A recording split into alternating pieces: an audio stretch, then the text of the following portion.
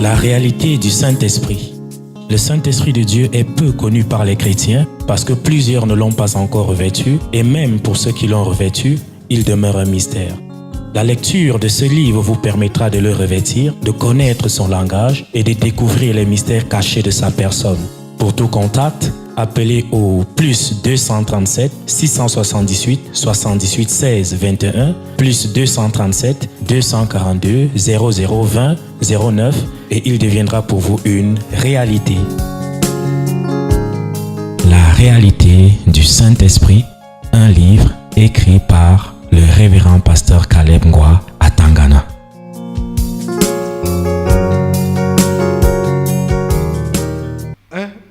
Passe là à côté, non?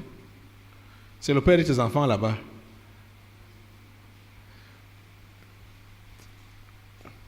On a fait venir le père des enfants de la femme. Vous connaissez la femme sinon? Hein?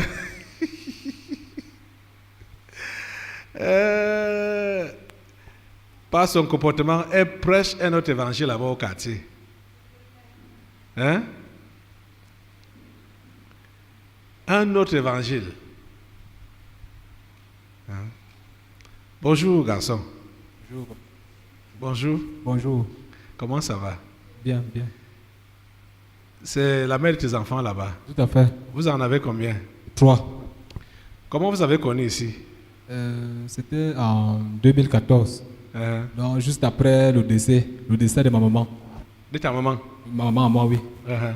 Donc, c'est comme ça que j'écoutais souvent Fête et Radio.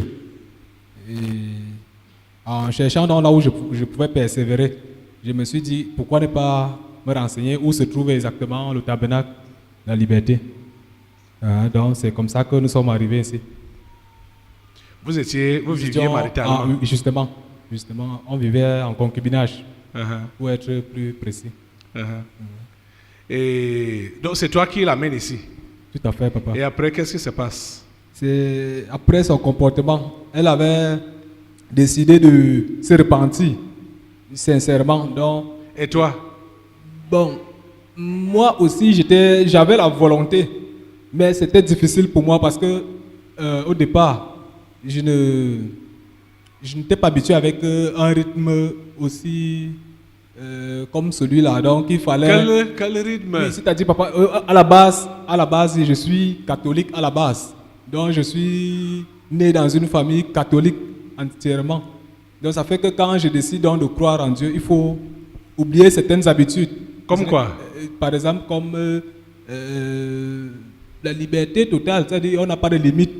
On peut se permettre de non, tout. Sois clair, non. Sois clair, non. Dis-nous. Donc, par exemple, la tradition. Comme lorsqu'il y a des obsèques, il faut faire la tradition, aller faire la coutume. Tu as même mis combien de temps ici au tabernacle? Exactement, 1 an.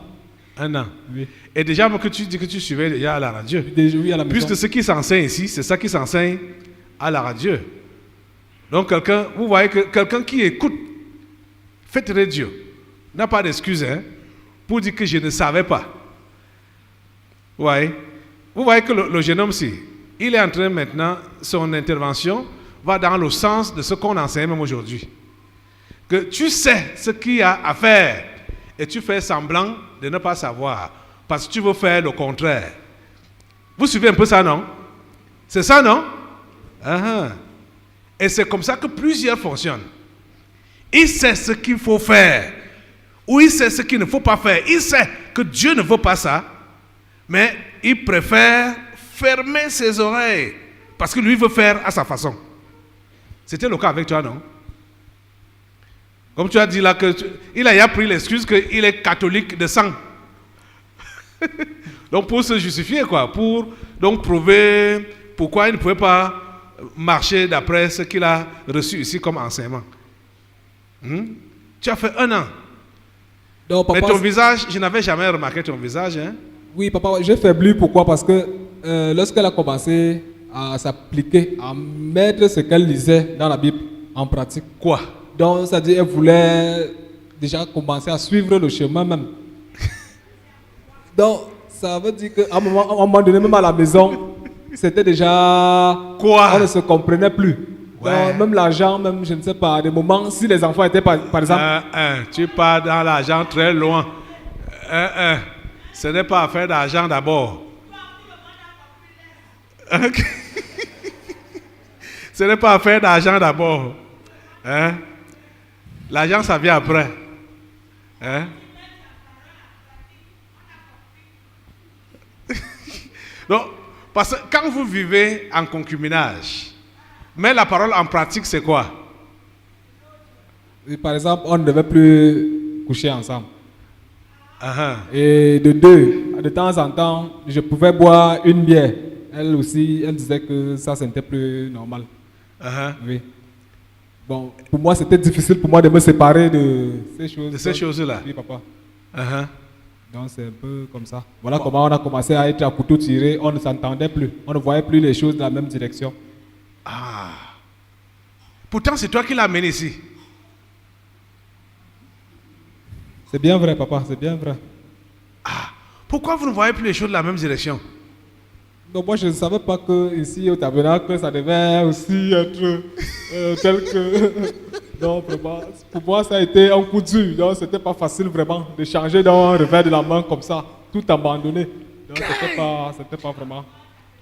Donc, tu voulais faire la religion. Tu voulais continuer dans la religion. C'est ça, non? Ah. Le garçon aussi. Tu joues avec le feu, hein? Hein? Tu as ta Bible avec toi. Oui, papa. Va prendre ça. Tu vas lire le verset 17 de Jacques 4. L'enseignement c'est sur les raccourcis, c'est avec le verset là qu'on a commencé pour expliquer cette vision. Jacques chapitre 4, verset 17. Lis ça.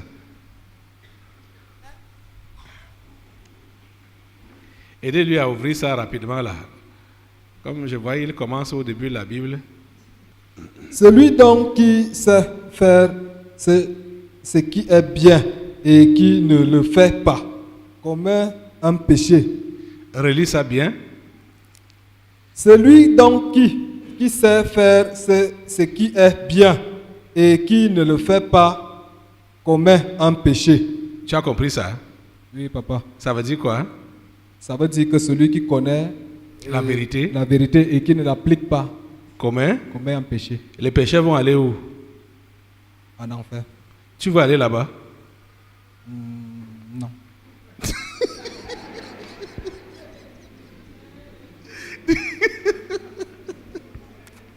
Le garçon c'est amusant, hein?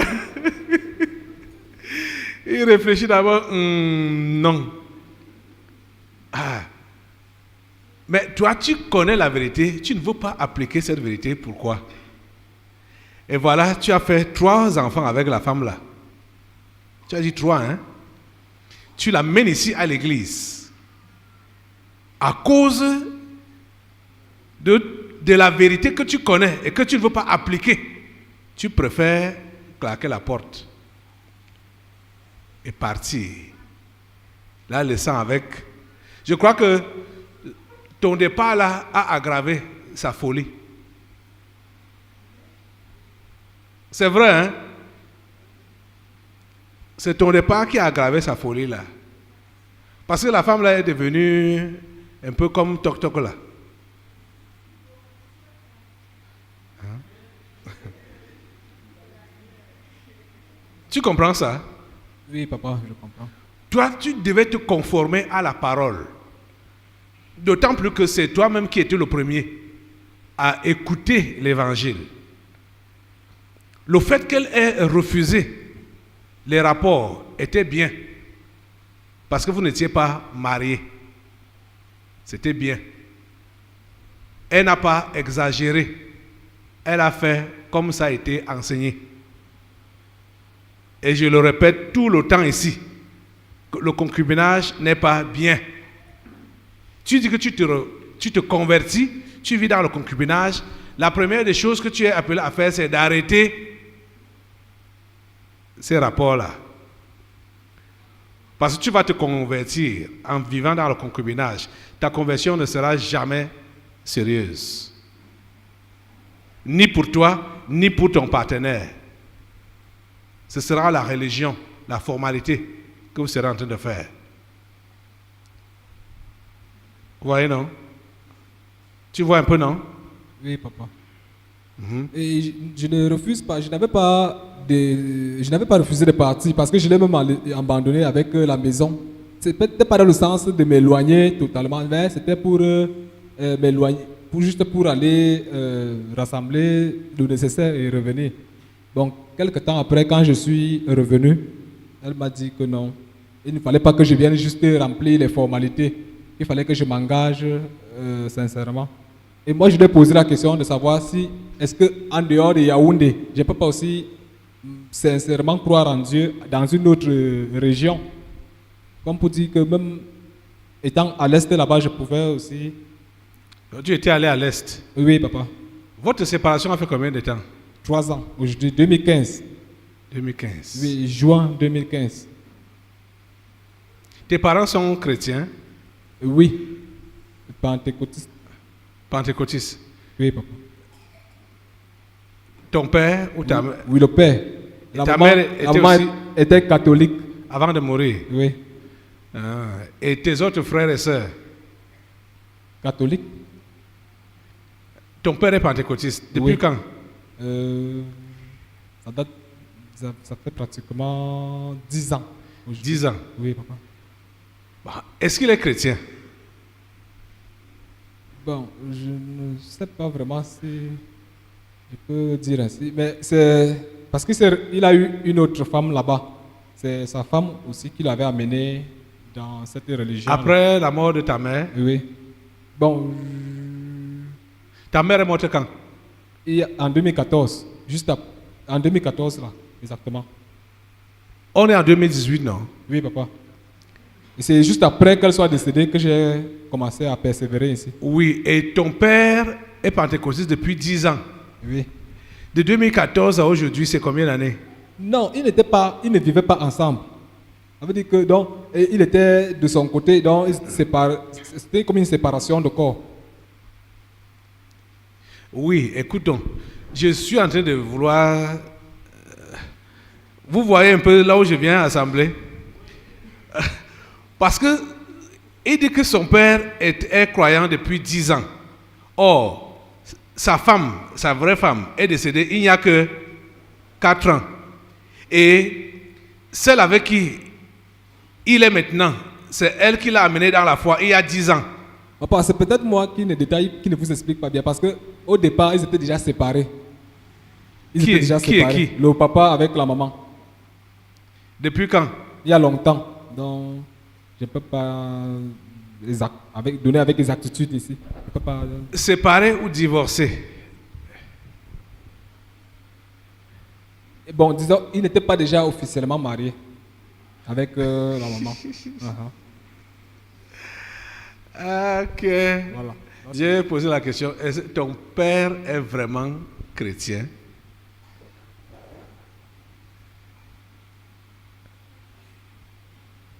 Ton père est vraiment chrétien? Parce que ce n'est pas l'appartenance à une religion qui fait de nous des chrétiens. Hein? C'est l'obéissance à la parole que tu as en main là. La Bible que tu as en main là. Le verset que tu as lu là. Qui dit que si quelqu'un sait faire ce qui est bien et ne le fait pas, cette personne est en train de commettre un péché. Et ça là, n'importe comment, il y a des gens qui désobéissent volontairement, connaissant la vérité. Ils préfèrent, donc, en disant que, ok, de toutes les façons, dans ma religion, on fait ça. Dans ma religion, on tolère ça. Et il fait. Or, il connaît la vérité. Et il ne veut pas pratiquer la vérité là. La Bible dit que cette personne est en train de commettre un péché. Tu dois quitter la religion et te convertir en vrai. Tu comprends ça? D'accord. Parce que cette femme que tu as laissée avec les enfants là, trimballe les enfants là un peu partout. Et tu es responsable de ces enfants là. Si ces gars, s'ils se perdent, tu es responsable. Ce sont tes enfants. ce n'est pas forcément à cause d'elle, hein, que tu dois t'occuper des enfants. Ou à cause du mariage. Parce que tu viens à l'église, parce que tu veux te marier, ce sera une mauvaise conversion. Comme elle t'avait déjà dit là que non. Et quand tu es donc parti là-bas à l'Est, tu as commencé d'autres relations là-bas. C'est ça, non? Hein? Tu as commencé d'autres relations là-bas? Oui, papa, j'avais eu une relation là-bas. Ok.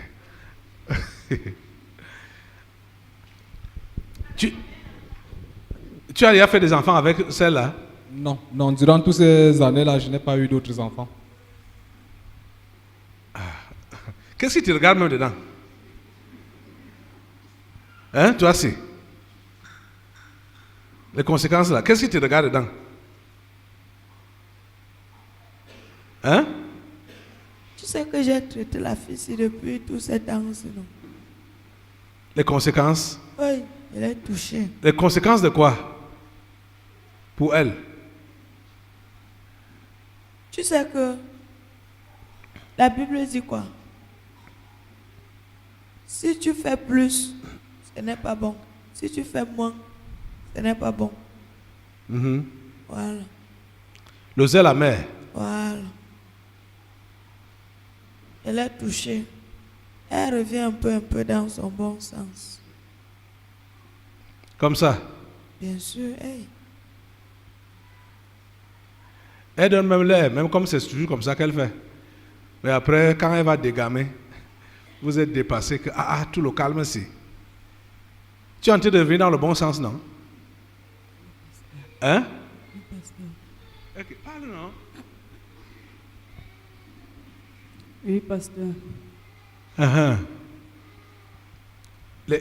Comment tu l'as traité, conséquence? En commençant par son corps, comme elle n'a pas vu la peine qui était sur son corps, j'ai dit que ok, je touche là où ça va bien te faire mal. Et tu as touché où? Un coup droit. Les 3 enfants. Voilà. C'est la repentance que tu voulais voir. Les repentance. Elle s'est repentie. Ouais. Chaque minute, elle était dans la repentance. J'espère qu'elle a compris. Maintenant, c'est avec le jeune homme-ci. Lui, je ne sais pas, ça fait combien de temps, depuis 2014 là, ça fait maintenant combien de temps que tu as encore écouté la parole ici? La dernière fois, c'était dimanche. Dimanche. Oui, que j'étais et ici. aujourd'hui? Aujourd'hui. Et dimanche et aujourd'hui, tu es revenu dans de meilleurs sentiments avec Dieu? Tu as suivi ce qui a été enseigné? Oui, papa. Tu es revenu donc dans de meilleurs sentiments avec Dieu? Tu veux suivre Jésus? Tu veux suivre Jésus? Oui. Tu veux lui obéir surtout? Tu veux lui obéir? C'est là ton problème. Tu veux obéir à Jésus? Hein? Oui, papa. Il hésite. Tu veux obéir à Jésus? Hein? Il est en train de calculer sa dépense. Oui. Oui, non. Avant de répondre. Par rapport à celui qui est là, oui. Avant que tu poses la question, oui est déjà devant. Tu vois un peu, non? Il est à ses meilleurs sentiments. La preuve en est qu'il t'a appelé papa, non? Quoi? Ça va. Ça dit quoi? La preuve en est qu'il t'a appelé papa. Ah. Mais je suis son père. C'est un enfant. Hein? C'est un bon départ. Ok. Tu connais déjà la vérité et tu dois pratiquer la vérité. Si tu ne pratiques pas la vérité, tu es en train de pécher volontairement contre Dieu. Le verset que tu as lu là, lis ça, relis ça, revois tes démarches dans le passé et revois un peu tes projets de désobéissance ou de rébellion ou d'égarement. Regarde un peu ce que tu projetais faire alors que tu connais la vérité. Si tu t'avances dans cette voie de rébellion là, ce qui t'attend là-bas, c'est toi seul qui va confirmer ça. Parce que tu connais la vérité. Tu vois un peu, non? Oui, papa. Relis encore le verset là. Verset 17. Celui donc qui sait faire ce qui est bien et qui ne la met pas en pratique commet un péché. Voilà. C'est ça. Médite ça. Vois comment tu t'es comporté dans le passé. Vois ce que tu projettes faire alors que tu connais la vérité. Je te laisse à ce niveau-là. On va se voir dimanche. Tu as compris? D'accord, papa. Ok, d'accord. Allez vous asseoir.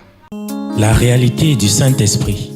Le Saint-Esprit de Dieu est peu connu par les chrétiens parce que plusieurs ne l'ont pas encore revêtu et même pour ceux qui l'ont revêtu, il demeure un mystère.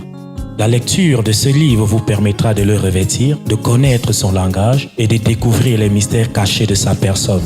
Pour tout contact, appelez au plus 237 678 78 16 21 plus 237 242 0020 09 et il deviendra pour vous une réalité.